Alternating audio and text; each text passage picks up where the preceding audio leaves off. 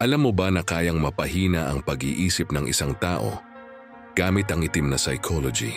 Kaya ng iilang tao na gawing parang slow thinker ang iba gamit lamang ang pananalita. Ito ang tinatawag na cognitive overload.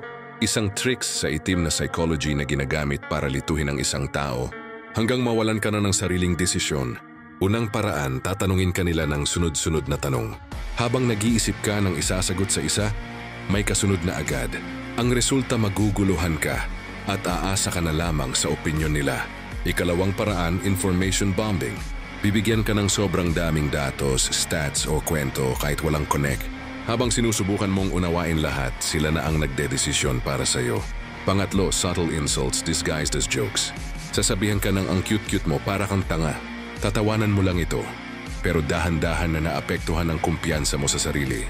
Tapos kapag mababa na ang tiwala mo sa sarili mo, mas madali ka na lang nila manipulahin. Ika-apat, guilt tripping.